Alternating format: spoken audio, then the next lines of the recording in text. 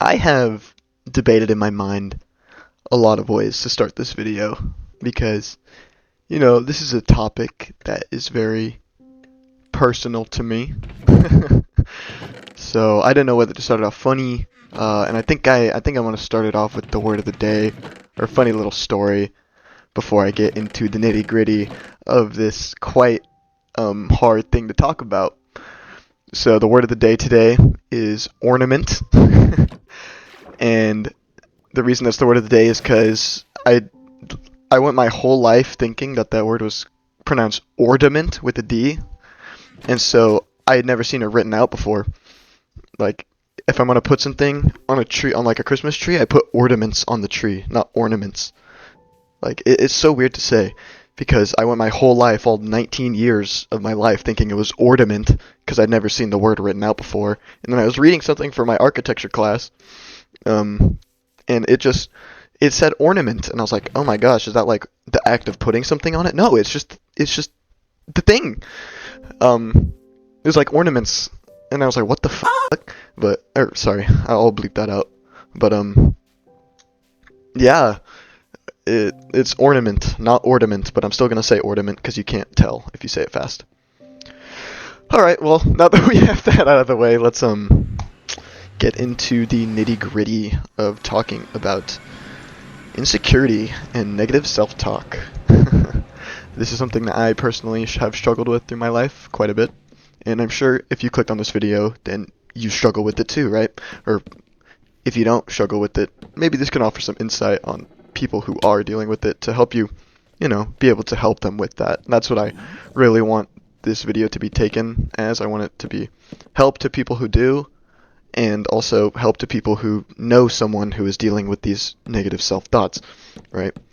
And if you're watching this and you're anything like me, you're going to think to yourself, I'm my own worst critic, right? That's something a lot of people say about themselves because it's something a lot of people feel, right? It's like, I am the most mean to myself, right? And, I get, like, frustrated with myself. I'm my own biggest critic. I'm my own, like, not worst enemy, but, like, I'm my own, my biggest hater, my biggest op. And this frustration with the self and being self-critical all the time can lead to, like, explosions of anger onto other people or onto yourself, right? You can be, like, really mad, and then, when I was dealing with this, and I was, like, I don't know, 15, 16, it was so funny because I was playing, like, Minecraft duels, and I would just get I would get so pissed at, like, losing that I would just, like, yell at my friend and then get off the game, and then I'd apologize to them on Discord. All my friends who are watching this can probably attest to that. Danny, if you're watching this, I apologize for when I yelled at you when I lost that classic duel 4 years ago. But yeah, that's just an example of, like, how this frustration can compound and explode, and it's not a good feeling to yell at your friends or to get mad at your friends because you're mad at yourself. It's feelings of what's wrong with me, like why am I the way I am, right? That's something I've thought about a lot. Or it's like, why do I do this? Why do I get so mad at myself?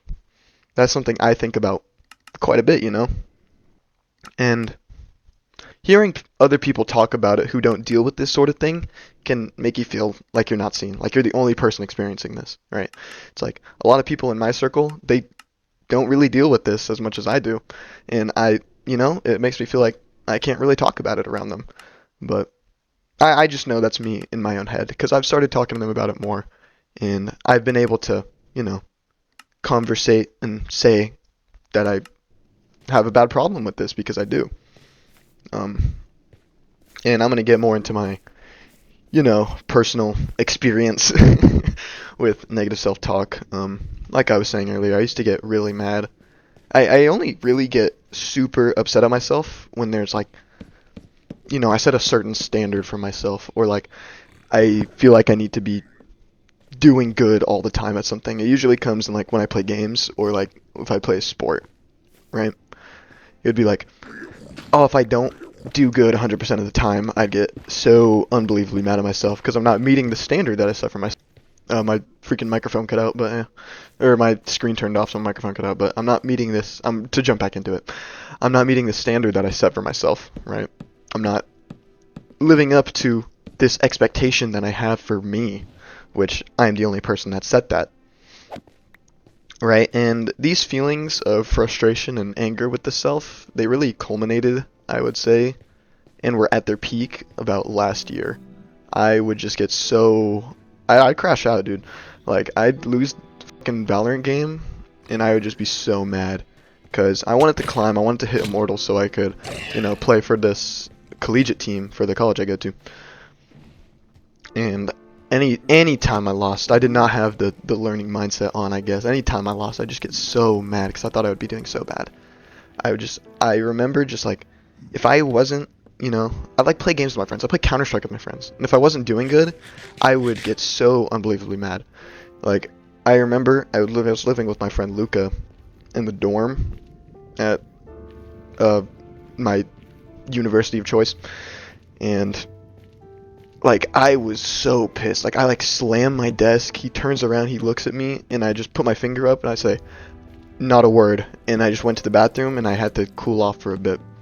But they really got bad in like October, and I remember I was playing for this funny little Valorant team like on Premiere, and I missed a scrim time, and I think that was like my peak anger with myself. I was already experiencing like, some depressive episodes or depressive like thinking, right?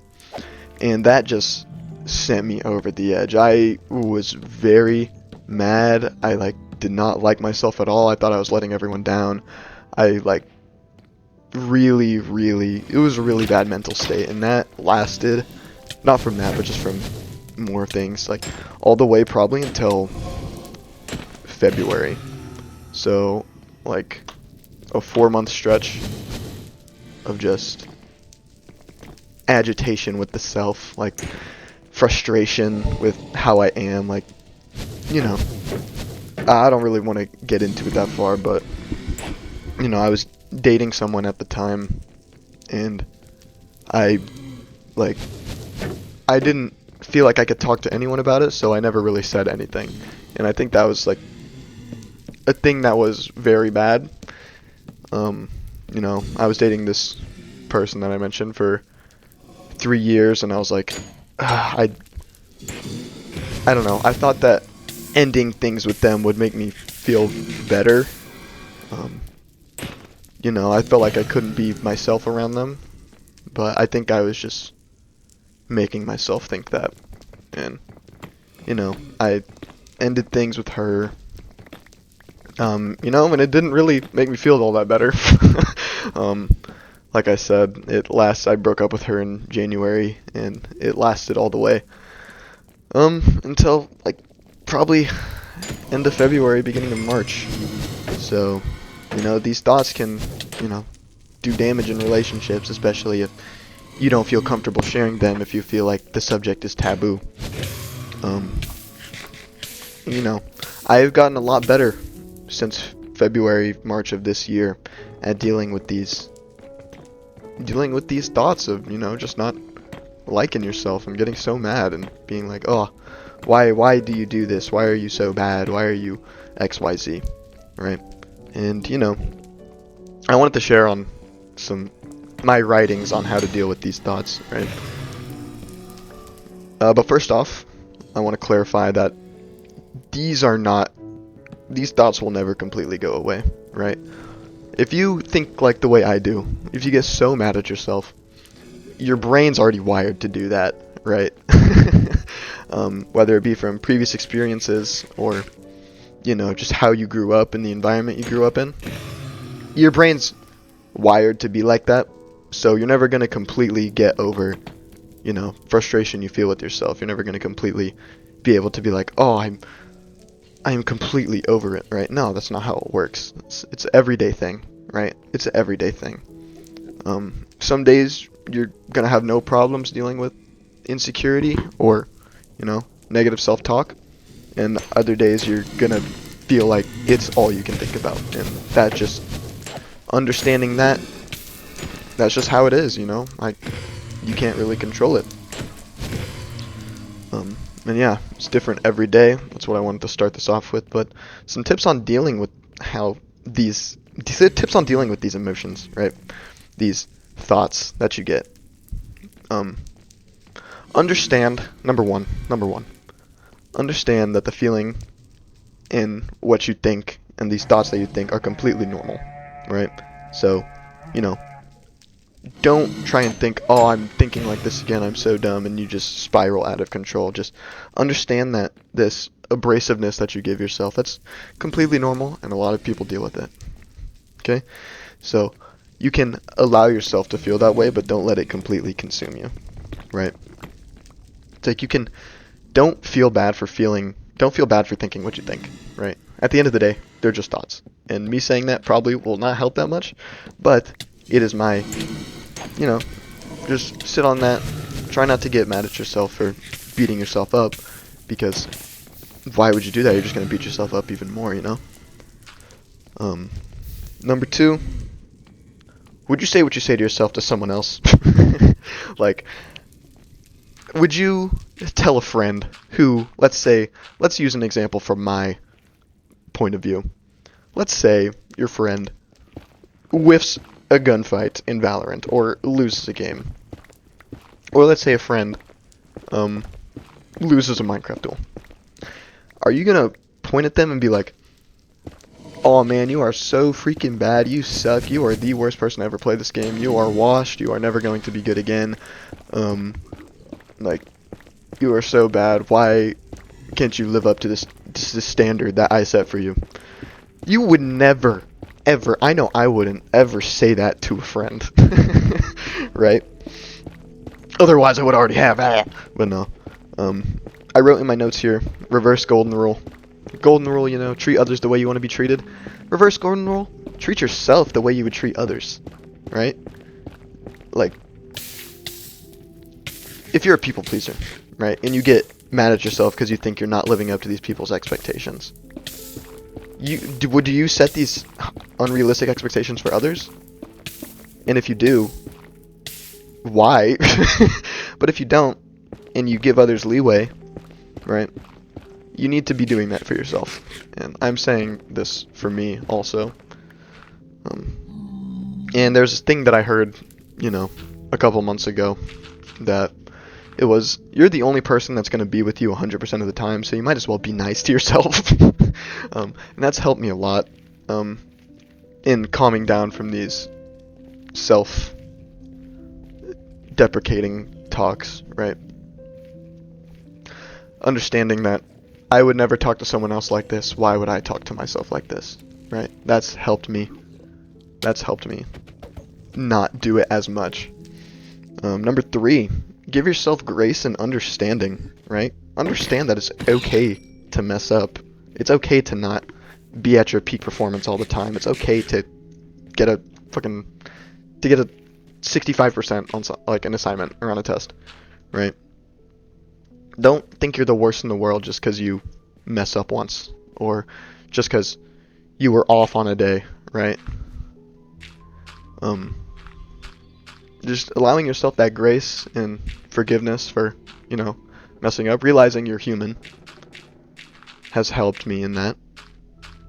And for understanding, look back and think about why you think in this way when you mess up.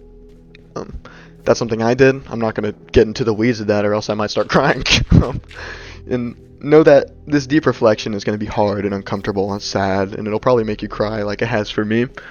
But at the end of the day, if you can understand why you are the way you are, like this question that I posed, if you can understand why you think the way you think, it can help, right? And in that, feeling all the emotions that come with that, and try to address that feeling, and try to understand it better, so that way you can know when you're feeling like that and be able to recognize it and be like, I'm going to try to distance myself from thinking that way because I recognize that I'm thinking that way. And another thing, this one goes for, it goes more for me in my performance, self-deprecation, but letting go of judgment is also good, where it's like you see performances or things as they are, you don't see them as good or bad, right? So say I'm what's a game I play? Let's say I'm playing tennis. I read this book called The Inner Game of Tennis. I'll use that one, and it talks about this. Let's say you're playing tennis and you're